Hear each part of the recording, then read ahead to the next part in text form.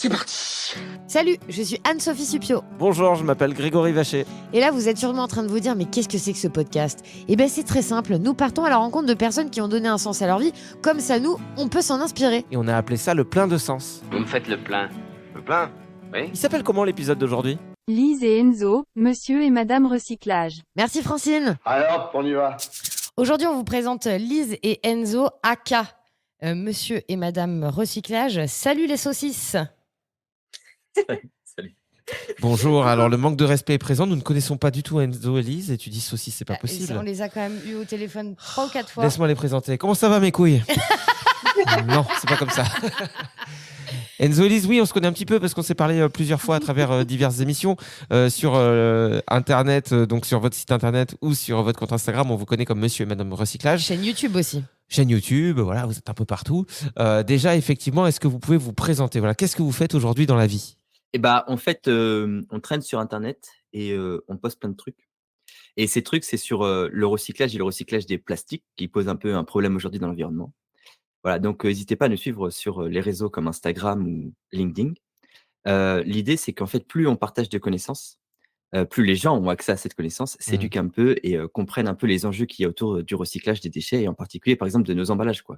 Ouais, donc ça, c'est plutôt intéressant tout ça, mais je me dis, tiens, peut-être que j'ai posé cette question trop vite, peut-être que... Enfin non, ma question était parfaite en fait, parce que je suis vraiment quelqu'un de génial. En plus, je fais du sport en ce moment, j'ai des abdos, les gars. Puis je sens bon.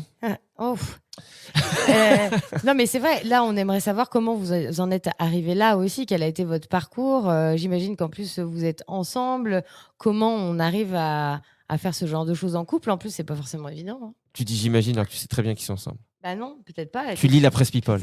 Oui, je l'ai vu dans T'as mis Vice. la charrue avant les bœufs là, hein. On n'a jamais dit à personne qu'on était ensemble. Ah, tu vois ? T'as assumé quelque chose. Ah bah mince. Non, mais en vrai, c'était pas ta question, c'est Enzo qui comprend jamais les questions et qui répond toujours à côté, t'inquiète pas, hein. D'accord, ok. Donc vous êtes bien un couple là, hein. Si vous vous charriez comme ça, c'est que vous êtes bien un couple. En vrai, on est déjà, on va dire nos prénoms. Donc moi, c'est Lise et il y a Enzo donc avec moi. Donc Vous avez des vrais prénoms en fait ? Et lui, c'est Madame. D'accord. Et donc comment on en est arrivé là ? Si on retrace le parcours historique, en fait, on est parti depuis l'Asie, puisqu'on a en fait travaillé pour une entreprise qui fait de l'architecture et du design à Taïwan à base de matériaux recyclés. Et c'est vraiment là-bas qu'on a découvert le monde du recyclage et qu'on a mis vraiment les deux pieds à l'étrier. Et tout d'abord, en fait, en construisant une machine de recyclage qui était autonome en énergie et en eau, qui allait dans 2 conteneurs, qu'on a fait un petit peu parcourir le monde. Donc, on est allé en Chine, à Singapour, à Londres, en Italie, dans pas mal Angoulême ou d'endroits. pas ? Ah, vous avez loupé Angoulême. Ouais. Ouais, on a... Ouais, désolé. C'est le problème des gens qui font le tour du monde, ils voient plein de trucs et ils loupent Angoulême. C'est très mignon en plus. Ah ouais. D'accord. Et Ouais, donc, en plus, il y a un bon festival de BD. C'est vrai. c'est très sympa en vrai, hein, c'est très sympa. Bon, on en a déjà beaucoup trop parlé pour un podcast. Gardons-en pour plus tard. Mais du coup, quel était le but de ces voyages ? C'était de promouvoir des méthodes de recyclage ? En fait, l'idée, c'est vraiment de montrer aux gens à quel point on peut faire des trucs de dingue avec le recyclage. Donc, tu as cette énorme machine complètement sur panneaux solaires. Tu vois, tu avais 48 panneaux solaires, 50 batteries, le truc qui tourne. Et en fait, en se déplaçant, bah, tu fais des gros événements, tu attires plein de gens, tu attires plein de médias et tu dis voilà comment marche le recyclage. Regardez les machines, regarde en live. Là, j'ai broyé, séché, faire fondre, refaire une forme, refaire un nouvel objet en live en 30 minutes pour vous, quoi. Et je pense que le vrai but, c'était surtout de démontrer ce qui était possible de faire pour amener un peu du business pour l'entreprise. À un moment, il était question d'en faire un business à part entière, de dire c'est un truc d'événementiel, on le déploie quelque part, il y a une grande marque qui va payer, on recycle ses déchets, etc. Bon, ça n'a jamais été beaucoup plus loin, pour 1 milliard de raisons. Voilà, mais donc, c'était surtout un truc de R&D en fait. On fait des essais puis on voit comment ça marche, quoi. Et Et ce qui est dingue, c'est qu'on a fini en fait dans une province tibétaine de Chine, donc à 4000 mètres d'altitude, à faire un reportage avec National Geographic et Jackie Chan. Et en fait, ça, c'était un peu dingue parce que le truc est sorti de nulle part, quoi. Et on a réussi à le faire avec des panneaux solaires qui marchaient plus parce qu'il y avait de la neige dessus, avec des machines qui étaient cassées parce qu'elles avaient troué la plateforme du truc parce qu'à 4000 mètres d'altitude, il faisait trop froid, l'aluminium s'est complètement cassé en deux, etc. Puis on a tout réparé sur place et ça faisait un très beau reportage. L'objectif premier de la machine, c'était quand même en fait, aller dans des endroits reculés où il y avait vraiment pas de gestion du déchet pour faire de la gestion du déchet. Mais au final, ça s'est plutôt transformé en outil marketing, comme expliqué Enzo. C'est vrai que c'est ça le but. À la base, c'était ça le but. Et c'est Ouais. aussi une des raisons pour lesquelles on est parti, parce D'accord. que le but a vraiment dévié.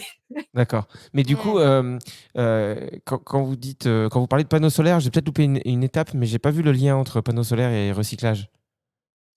Il te faut de l'énergie pour faire fonctionner les machines.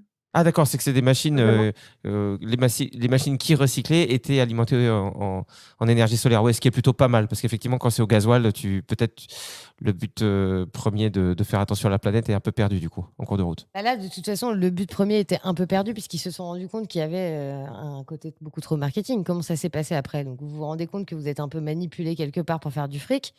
Et du coup, vous prenez vos clics, vos claques et vous repartez en France? Ouais, un peu, c'est plus compliqué. Enfin, c'est un peu plus subtil que ça parce que tu es quand même bien content que ça fasse de la traction médiatique pour l'entreprise pour laquelle tu travailles. Donc, c'est juste que tu te dis là, en Ouais. fait, il y a des moments où tu dis si en fait je recycle pas, il y a rien qui se passe, mais il y a quand même ça fait le JT, ça fait machin, tu vois, sur BBC, machin. Et à la fin, les gens sont contents, quoi. Et tu dis, mais j'ai rien recyclé, c'est trop nul, quoi. Mmh. Et donc, on s'est dit, bon, ça, c'est un peu le premier problème. Et puis surtout, le deuxième problème, on voit que il y a surtout vraiment un manque d'éducation et de culture sur tous ces enjeux-là. Et en fait, c'est cool d'arriver avec une machine, de dire, on va vous aider, on va recycler. Mais si t'éduques pas les gens tout court sur, ne serait-ce que le meilleur déchet, c'est celui qu'on produit pas. Tu vois, le recyclage, c'est pratique, mais c'est pas la solution miracle à tous les problèmes. Mmh. Tu te rends compte que tu fais pas du tout avancer le schmilblick et que tu as vraiment besoin d'éduquer les gens. Et on s'est dit, on va perdre un peu notre temps et notre énergie et essayer de développer des machines de dingue, parce qu'on peut faire des trucs de dingue pour le coup au recyclage du plastique, mais on va un peu perdre notre énergie.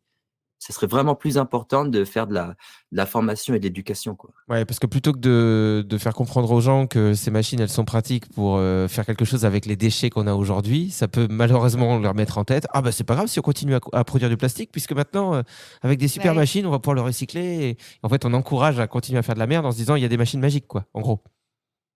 C'est exactement comme ça que c'était tourné dans les médias. On était traités comme les green heroes qui avaient sauvé la planète. Et en fait, on était là à côté de nos machines et on se disait, mais c'est pas possible. En fait, nos machines, elles sont trop cool, elles sont hyper puissantes, mais c'est clairement pas ça qui va sauver la planète. On en est Ouais. bien loin. Et il y a une pollution plastique qui est monstrueuse et il faut attaquer par un autre angle, quoi. Ouais, il faut ce que vous disiez, il faut de l'éducation derrière, il faut qu'on comprenne ce qu'est un déchet, d'où ça vient, comment il vit derrière. Et c'est pour ça qu'il y a d'ailleurs beaucoup de critiques, j'ai l'impression, sur le recyclage et même la gestion du recyclage en France, dans nos déchetteries, etc. J'ai l'impression que ça reste quand même un domaine super compliqué, quoi. Nous, consommateurs, quand on se pose zéro question, on se dit, bah, tiens, ça, je le mets dans la poubelle jaune, ça, je le mets dans la poubelle normale. Quand je reviens le lendemain matin, ma poubelle, elle est vide. Waouh, magie! Oui, Et c'est puis, ça, c'est vrai. et puis j'ai l'impression que voilà, dans les déchetteries, tout va bien, tout est réutilisé. Mais je crois que malheureusement, il y a encore beaucoup de matières qui pourraient être recyclées, qui sont perdues ou qui finissent enterrées quand même. Alors, complètement, tu as complètement raison. Je pense que c'est important de préciser que quand on parle d'éducation, on ne parle pas que d'éducation grand public. On parle aussi d'éducation des industries et des collectivités. Parce que le monde du déchet, c'est vraiment un monde très opaque. Il faut savoir que historiquement, le monde du déchet, c'est la mafia et il en reste toujours un petit peu ancré dans les racines de la gestion de nos déchets. La mafia, Et c'est-à-dire? à la base, c'était la mafia et tu le ressens beaucoup en Italie qui gérait les déchets, c'est-à-dire que c'était quelque chose qui était géré par la mafia. Ils se faisaient de l'argent avec les déchets. D'accord, donc c'était la drogue et les déchets, quoi. Tu veux quoi, de la coke ou un lave-vaisselle qui marche plus? Bah, fais-moi un pack avec les deux, fais-moi un prix. D'accord, je savais pas du tout. Bah, merci pour ce mini cours d'histoire. Ouais, Lise disait qu'en fait, tu as encore une activité des fois un peu mafieuse de la gestion du déchet. Tu vois, il y a pas longtemps, il y a encore une entreprise qui s'est fait aligner parce que elle exporte les déchets de la côte méditerranéenne française en Espagne en faisant croire que c'est du recyclé. Et puis en fait, une fois en Espagne, elle l'enfouit et ça coûte moins cher de l'enfouir en Espagne qu'en France, tu vois. Ah ouais. Donc voilà, donc t'as plein de trucs comme ça qui font que si tu veux, tu as plein de gens qui ont pas du tout intérêt à ce qu'on vienne fouiner un peu le nez, qui est plein de données transparentes, quoi. Donc c'est toujours très compliqué de comprendre ce qui se passe avec les déchets. Parce qu'il y a du business aussi derrière, c'est ça. Il y a des entreprises qui gagnent de l'argent à travers la gestion de ces déchets et peut-être que leur but premier est avant tout comme toute entreprise, de faire du pognon et non pas de vraiment faire les choses les plus vertueuses possibles des déchets, quoi. Bah là, il y a des enjeux c'est des enjeux qui sont vraiment énormes, hein. Les gros groupes de la gestion du déchet, c'est des groupes qui font des chiffres d'affaires en milliards d'euros. Mmh. Et plus il y a de déchets, plus évidemment tu gagnes, peu importe que tu l'enfouis, tu le brûles, tu le recycles, en sachant que enterrer, ça coûte moins cher que brûler, ça coûte moins cher que recycler, quoi.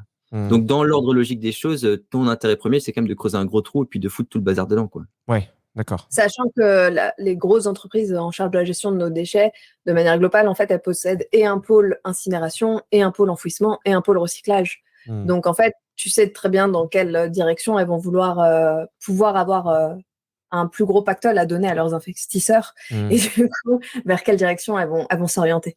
Est-ce qu'il y a quand même une espèce d'obligation avec, pour ceux qui gèrent les déchets comme ça, est-ce qu'il y a un pourcentage, par exemple, de déchets obligatoires à recycler, par exemple, par an? Est-ce que ça existe, ça, des lois qui les obligent à?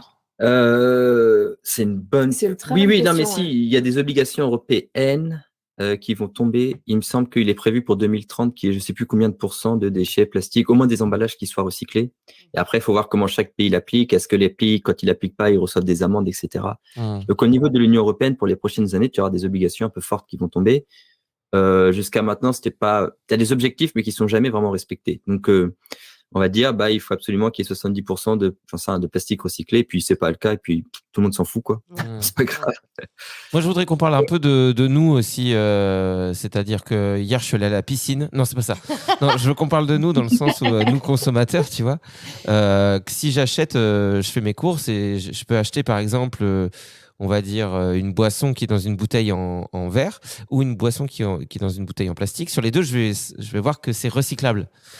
Du coup, est-ce que ça veut dire que c'est la même chose, que ça aura le même impact sur l'environnement, ou est-ce qu'il y a des matières quand même à privilégier? Est-ce que le recyclage a un impact plus néfaste sur la planète si je prends du plastique, par exemple? La question à 1 million d'euros. Quel est le meilleur emballage? Ouais, pas facile. En fait, quand tu veux répondre à cette question, il faut toujours te dire, bon, ok, quand on parle de pollution, de quoi on parle, quoi. Mmh. Donc là, si on rentre un peu dans les détails techniques, il y a une vingtaine d'indicateurs de pollution différentes. Donc celui qu'on connaît le mieux, c'est en fait le bilan carbone, quoi, les émissions de gaz à effet de serre. En fait, c'est pas que le CO2, mais on exprime ça en quantité équivalente de CO2 pour simplifier. Par exemple, combien de litres d'eau il me faut pour fabriquer tel truc, tu vois. Bon, ça c'est simple à comprendre. Puis après, t'en as qui sont plus délicats, qu'on connaît moins, tel gaz, telle dioxine dans l'environnement. Voilà. Donc souvent, le plus important, enfin, ce qu'on va estimer le plus important, mais encore une fois, c'est une question de choix et d'équilibre. Et souvent, c'est des choix qui sont faits plutôt par méconnaissance que par bonne connaissance. D'accord. On va parler du bilan carbone, quoi, en disant combien de CO2 je rejette dans l'atmosphère qui participe aux perturbations climatiques en réchauffant globalement la Terre, quoi. Là, en fait, le fait de recycler, c'est vraiment un gain. C'est-à-dire que tu as deux choses. Tu as le fait que tu vas pas utiliser de la matière première parce que tu as du déchet que tu recycles. Premier gain important, parce que pour faire, par exemple, du plastique, tu as puisé du pétrole, du gaz, du charbon, tu le raffines, tu en fais des produits chimiques, tu les transformes en plastique. Ça, c'est une chaîne qui est un peu compliquée. Il faut quand même chauffer jusqu'à 800 degrés, quoi, pour faire ça. Donc, ça pollue. Mais si tu fais quelque chose avec de l'aluminium, du verre, c'est pareil, hein. Tu vas chauffer à 800, 900, 1200, 1300, etc. Donc, à chaque fois que tu as des étapes pour faire des produits, et tu as besoin de température et de haute température, donc au-dessus de 500 degrés, ça pollue. Ça pollue parce que tu as forcément brûlé du gaz, du pétrole, etc. pour chauffer, quoi. Ça ne chauffe pas tout seul. Ouais. Donc, le fait de recycler, tu dis, j'apporte de la matière qui est déjà créée, donc j'ai pas besoin d'aller en recréer. Et la deuxième chose, c'est que comme tu vas pas la brûler ou l'enfouir, quand tu brûles du déchet, pareil, tu relâches des gaz à effet de serre. Donc, le fait de ne pas brûler, mais de recycler, tu as un deuxième gain qui est de dire, je gère mieux en fin de vie le déchet. Et ça, c'est moins polluant. Voilà. Donc, l'idée, c'est de dire, plus la matière que je prends, elle est recyclée, recyclable, recycle à nouveau, elle intègre de la matière recyclée, mieux c'est, quoi. Le problème, c'est qu'avec les emballages, en fait, alors, sur les emballages plastiques, par exemple, tu vas beaucoup moins retrouver de la matière recyclée intégrée dans les produits, à part pour les bouteilles d'eau, parce que, en fait, c'est la seule matière qui est apte au contact alimentaire. Si tu prends les bouteilles en verre, tu peux en retrouver avec de la matière recyclée, mais par exemple, beaucoup moins si c'est des bouteilles blanches.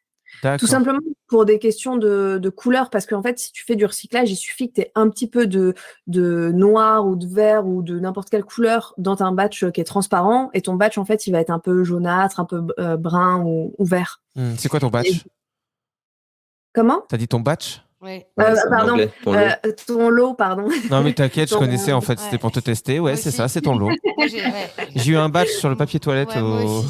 au supermarché. Super. 8 rouleaux D'ailleurs, pour on le embrasse tous les batchs qui nous écoutent. Ouais, 8 rouleaux pour le prix de 6, évidemment. Profitez-en, c'est jusqu'à lundi prochain. D'accord, non, mais je vois ce que tu veux dire. C'est comme quand tout le monde a fait un peu de peinture quand on était petit. Si tu as des couleurs claires et tout, si tu as juste une pointe de vert parce que tu as mal rincé ton pinceau, bah paf, Ben oui.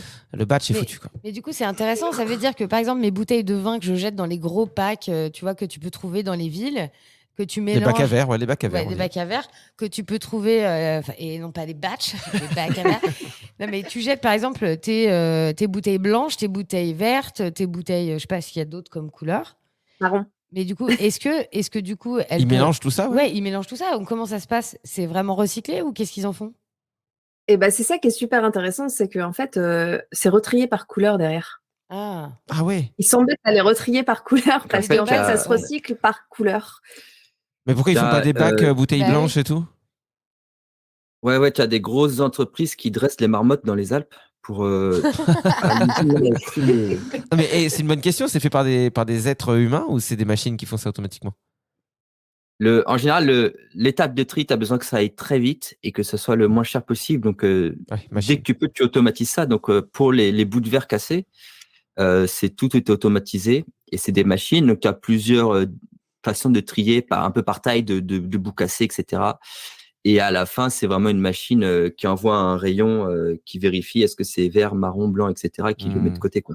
parce que moi, c'est vraiment un matériau. Le verre, en tout cas, j'ai l'impression que c'est vraiment le truc. Enfin, tu vois, tout à l'heure, tu posais la question est-ce qu'il vaut mieux acheter une bouteille de soda qui soit en verre ou en plastique? Ben moi, j'y verrais tout de suite vers le Ouais, verre. j'aurais dit vert aussi. Tout le temps l'impression que ça, c'est vraiment la matière la mieux recyclée. Parce que tu fais Me- fondre et tu refais, quoi. C'est ce que Voilà. tu t'imagines, quoi. Me trompe-je? Eh bah, évidemment. Comme Ah, d'habitude. mais en fait, ce qu'il faut bien regarder, c'est quand tu recycles, qu'est-ce que tu fais? Donc, si tu prends du verre, tu vas introduire le verre broyé, qu'on appelle le calcin, dans un gros fourneau en mélange avec du sable et les autres composants que tu utilises pour faire du verre neuf, ok? Ce fourneau-là, il chauffe fort, il chauffe à 1200 degrés, c'est-à-dire qu'il faut brûler du gaz. Donc, en fait, quand tu recycles du verre, tu brûles du gaz. Ah ouais. Donc, que tu prennes du pétrole pour faire du plastique ou que tu prennes du verre recyclé pour en refaire une bouteille en verre, tu crames des ressources fossiles Ouais, qui d'accord. rejettent des gaz à effet de serre. Bah ouais. Et donc, à ce petit jeu-là, c'est combien de matériaux il me faut pour faire un emballage. Et donc, une bouteille en verre, c'est 300 grammes et une bouteille en plastique, c'est 30 grammes. Donc, 10 fois moins de matière. Ah oui, d'accord. Donc, très, très vite, tu vois bien qu'en fait, l'emballage en plastique, parce que le plastique est une matière quand même assez particulière, qui est vraiment très, très résistante, te permet de faire des emballages 10 fois plus légers et en fait, finalement, est souvent la moins polluante sur le plan des émissions de gaz à effet de serre. D'accord. Par contre, ça peut être beaucoup plus dangereux parce qu'on sait qu'il y a la pollution, on ne sait pas forcément, la pollution en micro et nanoplastiques et que ça peut avoir des impacts sur l'environnement, ça bien entendu, mais aussi sur notre santé. Oui, parce qu'il y a des plastiques, par exemple, qui, lorsqu'ils contiennent, par exemple, des liquides à haute température, vont libérer des substances. J'avais entendu parler de ça. C'est pour ça qu'il y a des biberons en plastique, par exemple, qu'on nous déconseillait. Pardon, je vais tousser en même temps. Mais alors... Parce que j'en ai trop bu quand j'étais petit, justement. Donc moi, je suis sur la fin, là. Mais on nous dit souvent qu'il ne faut pas faire chauffer même les bouilloires, par exemple, pour faire du thé. Surtout, on m'avait dit n'achète jamais de bouilloire en plastique parce que ça libère. J'ai oublié le nom, mais il y avait une substance chimique liée justement au plastique. Donc ça, c'est vrai que notre santé, ça compte aussi, quoi. Tout ce qui compte quand même, c'est de faire du fric, hein. Oui, c'est vrai. Ouais, c'est on vrai, est t'as d'accord. raison, Enzo. On est d'accord. Et en deuxième, la santé, quand même. Et en troisième, les batchs. Les batchs, ouais. Hey, est-ce qu'il n'y a pas des emballages aussi un peu bâtards on en avait parlé une fois, mais des emballages qui ont l'air hyper... Des emballages bâtards. Non, mais qui ont l'air hyper faciles. Des bâtards. Non, mais ils ont l'air hyper faciles à trier parce que c'est par exemple que du carton. Mais en fait, tu te rends compte qu'il y a plusieurs substances. Est-ce qu'il n'y a pas des mélanges qui rendent le tout difficile à recycler, justement? Il n'y a pas du carton il y a plastique, pas tu vois. mal d'emballages. Tu as l'impression que c'est du carton, mais en fait, c'est pas du carton, c'est du carton avec du plastique. C'est ça. Et Après, oui, effectivement, en fait, déjà, il faut avoir un recycleur qui accepte ce carton avec du plastique parce que la partie plastique, il va devoir payer le recycleur de papier pour la faire incinérer ou enfouir. Donc, en fait, c'est comme si je te laissais le choix entre acheter un bon carton Amazon où tu vas pouvoir récupérer toute la matière et un carton où il y a du plastique dedans et tu vas devoir payer une partie pour t'en débarrasser. Bah forcément, le recycleur, il n'a pas très envie de prendre ce carton-là. Après, il peut faire des mélanges pour le prendre quand même, mais c'est sûr que ça va venir compliquer le recyclage et c'est pas forcément la meilleure solution. Et en plus, ça a son impact aussi au niveau de la production. Par contre, en échange, comme tu as une grosse fraction de carton, papier, donc ça, c'est de la fibre de cellulose qui vient des forêts. Tu vois, tout à l'heure, on parlait du bilan carbone. Cet emballage, même s'il est composite et qu'au recyclage, ça pose plus de problèmes, en termes de bilan carbone, il est meilleur que la bouteille en plastique. Ouais. Donc c'est pour ça, Donc, en fait, ouais. il pourra toujours y avoir plein de messages hyper contradictoires, quoi. En fait, tu sais, c'est comme ça me fait penser aux audiences en télé ou radio où tu dis, ouais, on a fait plus 47% et t'as une petite étoile des 45, 52 ans. Mais les gens retiennent juste le 45%. Et il y a un peu ça, j'ai l'impression, avec le recyclage, c'est que du coup, on peut vraiment mettre la lumière sur ce qu'on veut. On peut dire, regardez notre bilan carbone comme il est génial, même si derrière, ça détruit la santé ou l'environnement. Et à l'inverse, on peut dire, regardez, comme ça, aucun impact sur l'environnement. Par contre, ouais, quand on fabrique, c'est vrai qu'on est obligé de tuer la forêt amazonienne. Mais c'est vrai qu'on sent que le déchet, c'est un sujet qui est extrêmement compliqué. C'est compliqué. Et tu vois, quand tu parlais de mafia tout à l'heure, je peux comprendre aussi pourquoi. Tu vois, par exemple, nous, en tant que consommateurs, on entend toujours... donc tu n'essaies même plus de faire d'efforts. Hein. Non, désolé. Donc, nous, en tant que consommateurs, on nous apprend que tous les emballages, n'importe quels emballages, vont dans la poubelle jaune.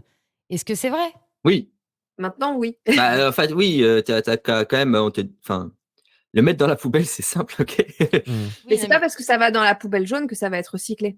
En fait, tu as une différence entre ton bac de tri et ce qui est réellement recyclé derrière. Ouais. Eux, tu l'envoies à l'usine de tri, ils trient, ils prennent ce qu'ils ont envie et ils vont faire des balles, en mot français, hein, donc c'est des espèces de gros cubes de 1 mètre sur 1 mètre de carton ou de plastique ou de la matière qui est mis ensemble. Tu veux dire des balls.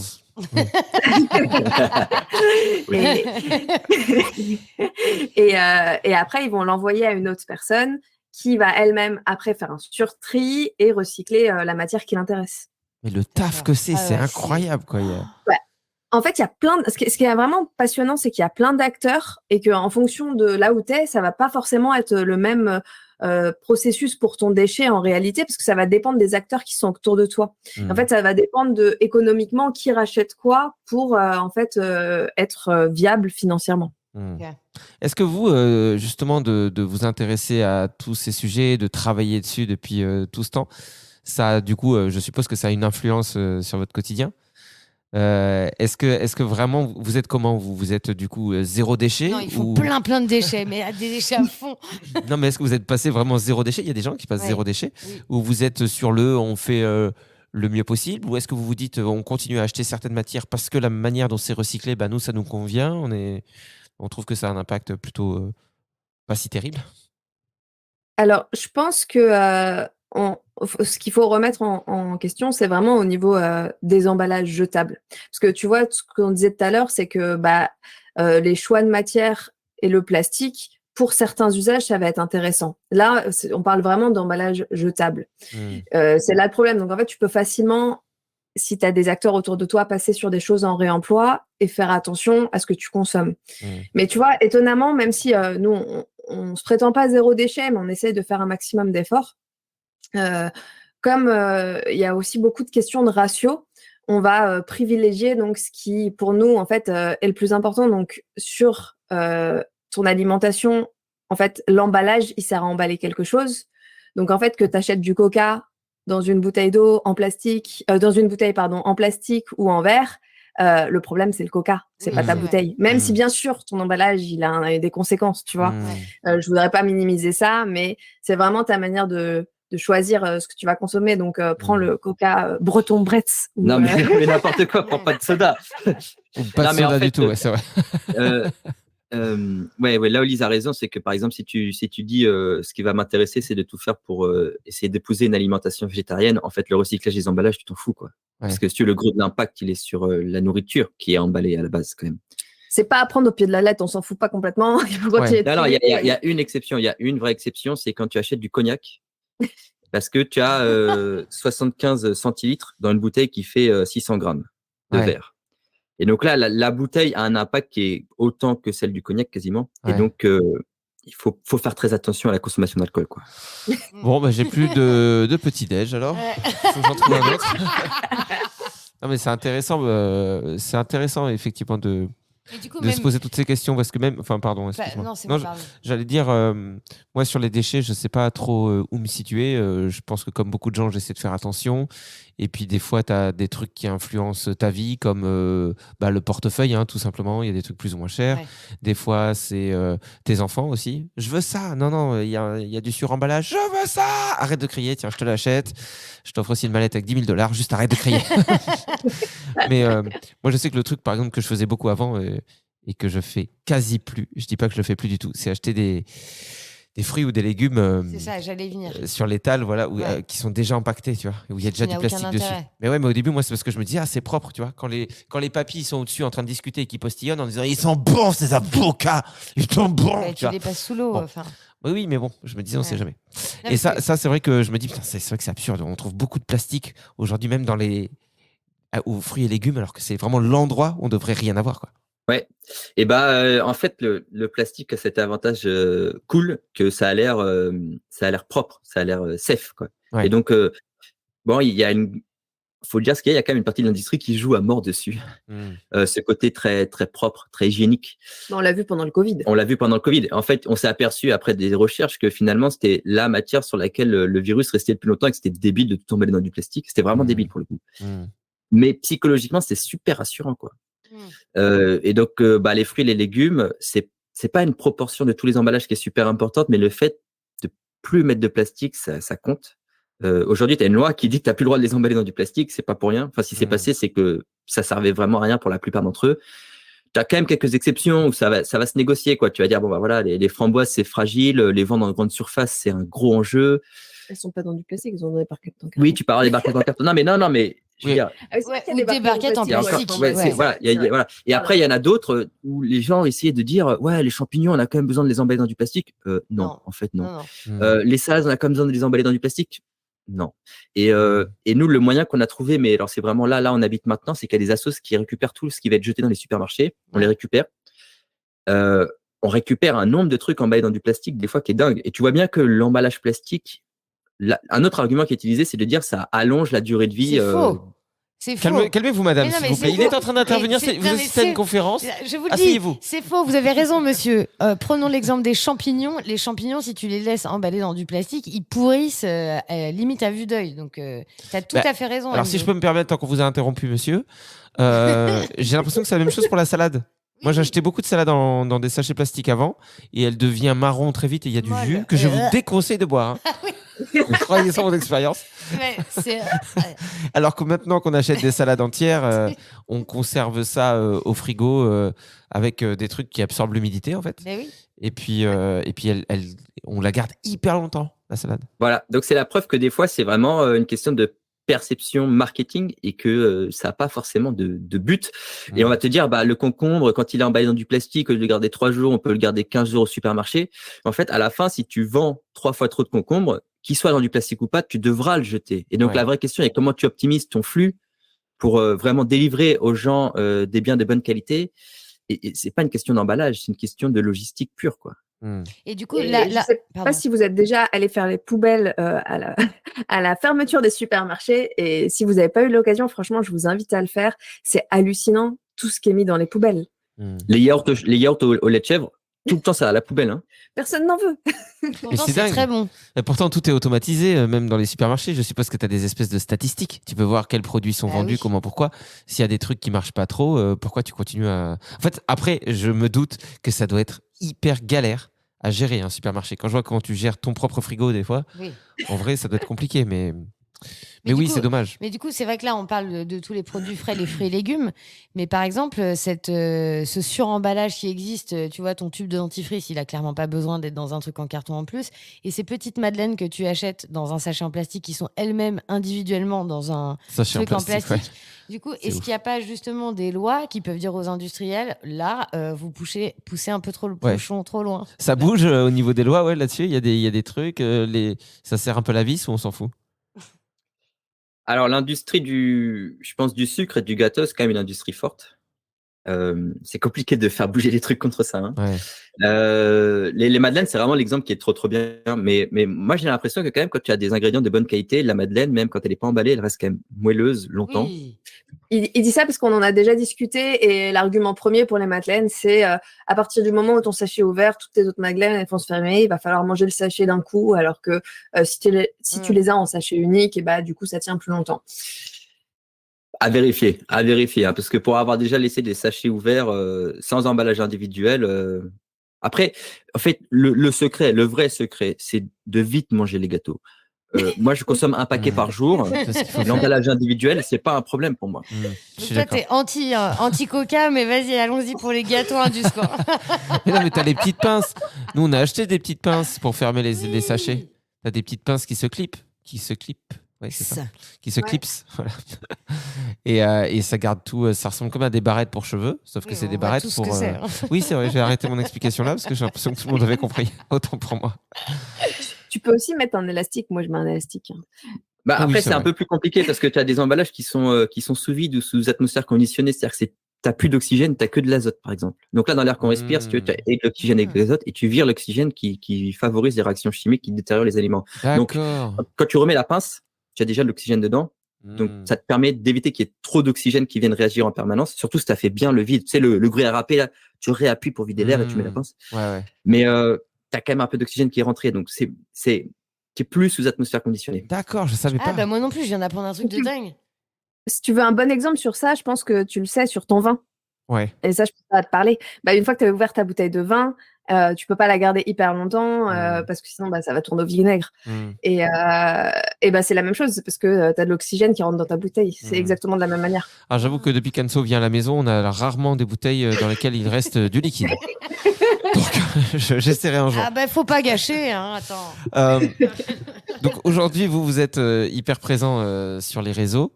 Qu'est-ce que c'est votre objectif premier, même si bon, on s'en doute un peu, il y a l'envie d'informer, mais d'éduquer aussi. Est-ce que aujourd'hui c'est votre métier à part entière d'être influenceur recyclage? Déjà, ouais, j'aimerais bien savoir.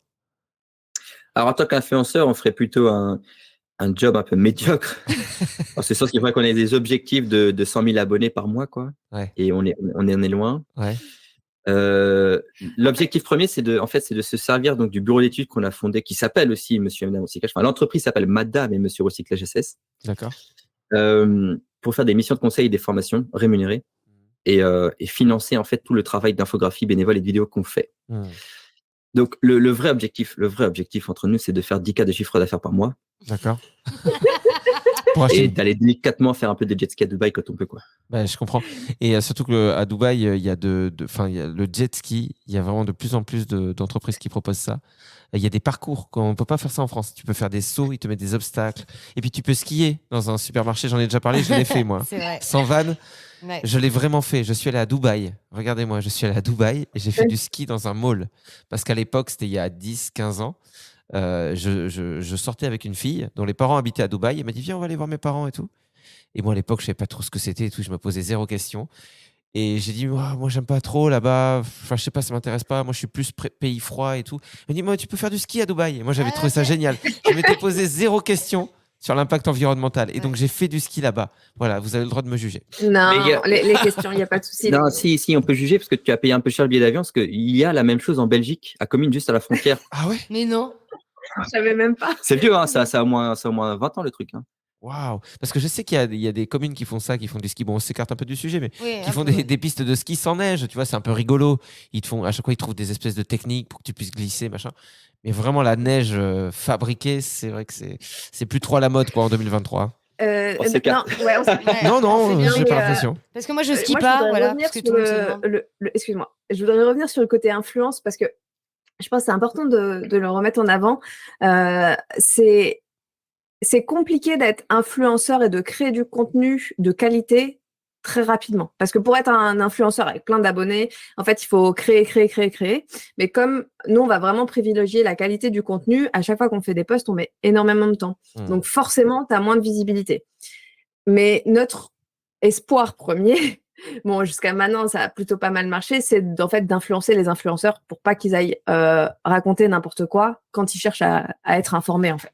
Ouais. Donc, d'avoir l'information quelque part, de pouvoir t'éduquer si tu as envie d'avoir accès à cette information, c'est vraiment ça qui est essentiel pour nous. C'est-à-dire qu'on va espérer que tu aies des journalistes qui aient des audiences beaucoup plus larges sur des JT, sur des choses comme ça. Quand ils ont besoin de faire un dossier déchets et recyclage, ils aient accès à toute cette information qui est une première brique de sensibilisation, parfois grand public, parfois déjà un peu technique. On a par exemple tous les plastiques mémos, c'est des trucs, c'est plutôt orienté déjà à gens qui s'y connaissent un peu, quoi.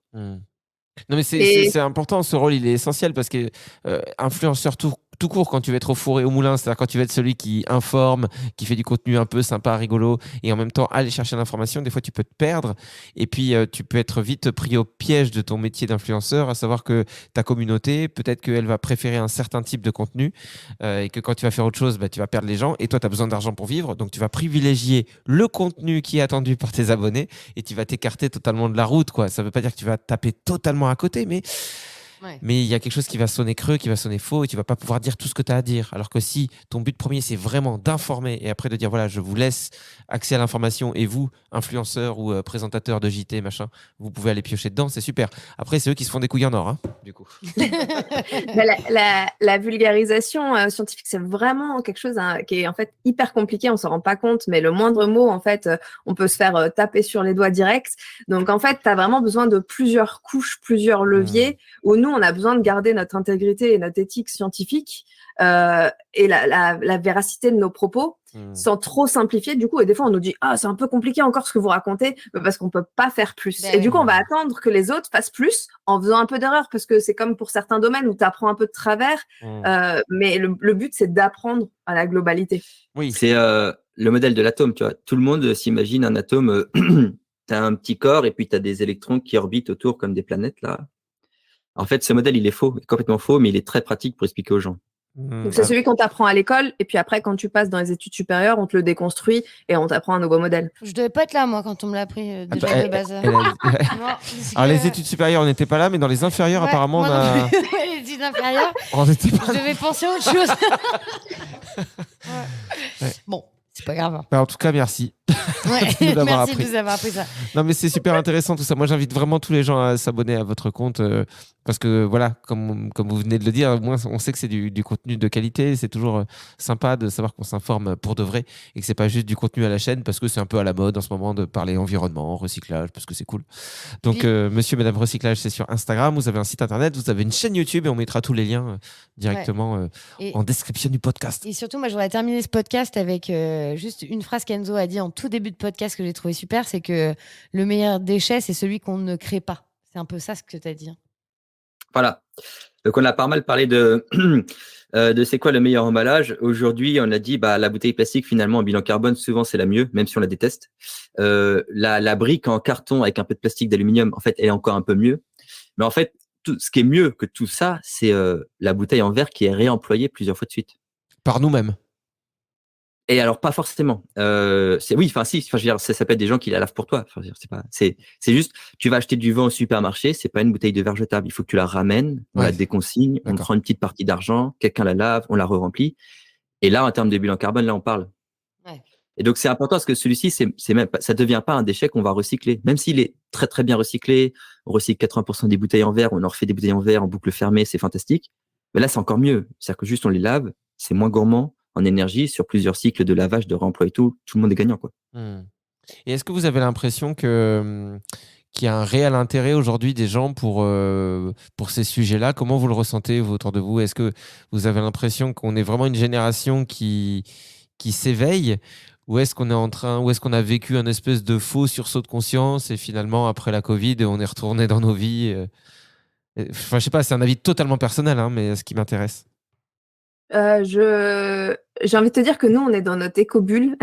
C'est un peu le problème quand tu es dans l'environnement, c'est que du coup, ou dans l'écologie, c'est que tu es vraiment dans ta bulle, on essaye d'en sortir. Alors, on a l'impression effectivement que les choses avancent, et je pense vraiment que les choses avancent, que les jeunes générations sont de plus en plus impliquées. Franchement, j'en ai pas trop de doutes, même si des fois, quand on sort un peu de notre bulle, on se dit, oh, on en est loin en fait. Mais il y a pas mal de choses qui bougent et qui vont dans le bon sens, ça c'est sûr. Et on le voit rien qu'au niveau des lois, même si des fois tu as des petits décrets ou des choses qui viennent un peu bloquer tout ça, parce qu'il y a énormément de lobby qui est fait, tu as quand même des lois qui vont dans la bonne direction. Et typiquement, n'en déplaise à beaucoup, les McDo et Burger King qui se mettent à faire de la vente à réemployable. Ouais. En fait, au lieu de quand tu manges dans le Burger King ou le McDo, tu vas manger en réemployé. Ouais. Mais j'en ai fait l'expérience une fois avec mes enfants. J'étais assez surpris de voir le cornet de frites comme ça qui a été réemployé. Et effectivement, quand tu vois, alors c'est quand même un espèce de plastique, bon, je sais pas ce que c'est, bon, leur cornet de frites. Et quand tu vois le gras, comment ça accroche au plastique, tu dis franchement, je veux pas être le client qui passe derrière. Enfin, dans 5 ans, tu auras tout le gras de toutes les frites de tous les clients. Bon, je sais pas si leur truc est très très au point. En fait, finalement, ils arrivent à dégoûter les gens de leurs propres produits, quoi. Ouais, même C'est peut-être on pas te plus sert mal. un coca, je sais pas, t'as l'impression qu'il y a encore les traces de lèvres de la personne d'avant. Ouais. Bon, bref. Bon. Mais le chemin est bon, c'est ça qu'il faut faire. C'est ça, évidemment, il faut réemployer. Mais moi, je pensais à ça parce que je me dis, t'imagines, on était dans la vérité il n'y a pas si longtemps que ça, avec ceux qui te posaient le lait devant la porte dans les bouteilles en verre. Ah Et oui. puis hop, j'en avais déjà parlé une fois, mais moi, il y a une époque, de toute façon, j'ai une idée par jour, et puis ma patte, c'est de jamais la concrétiser et de passer à autre chose le lendemain. Mais j'aurais adoré à une époque à tracer avec mon petit triporteur et vendre des shampoings et du savon liquide maison, tu vois, dans des contenants comme ça Ouais. en verre, et puis quand c'est fini, les gens Consigné. t'appellent, ouais, voilà, tu passes. Cling, cling, cling, cling. Ouais. Puis après, je me suis dit, putain, le vélo, ça fait mal aux jambes, et puis voilà, fin du C'est projet. exactement ce que je fais avec ma lessive. Je passe par un truc qui s'appelle la lessive de Paris. Ils viennent me livrer en vélo avec mes petites lessives liquides et c'est consigné. Ils viennent me récupérer mes bidons et ils me relivrent. Ah, c'est bobo parisien. Et tout ça pour Bah à non. peine 99 € par Non, mois. en plus, c'est pas cher du tout. Hein. C'est vraiment pas cher et ça dure longtemps. Donc, j'aurais fait une Bah, belle pub. on se rend vite compte qu'en faisant un petit peu attention à l'écologie, on a l'impression d'un le premier abord que ça va coûter cher, alors qu'en fait, ça Ouais. nous fait faire pas mal d'économies. Et je voudrais vraiment revenir sur un truc que tu as dit, c'est quelque chose qu'on nous dit beaucoup, c'est revenir comme avant, les petites bouteilles de lait et tout ça. En fait, faut vraiment se sortir de la tête que c'est un retour en arrière. Il y a plein d'entreprises qui te proposent des super trucs, justement, où on va venir t'apporter à ta porte comme ta lessive, et toi, tu n'as plus rien à faire à apparaître sur ton téléphone et commander tes courses.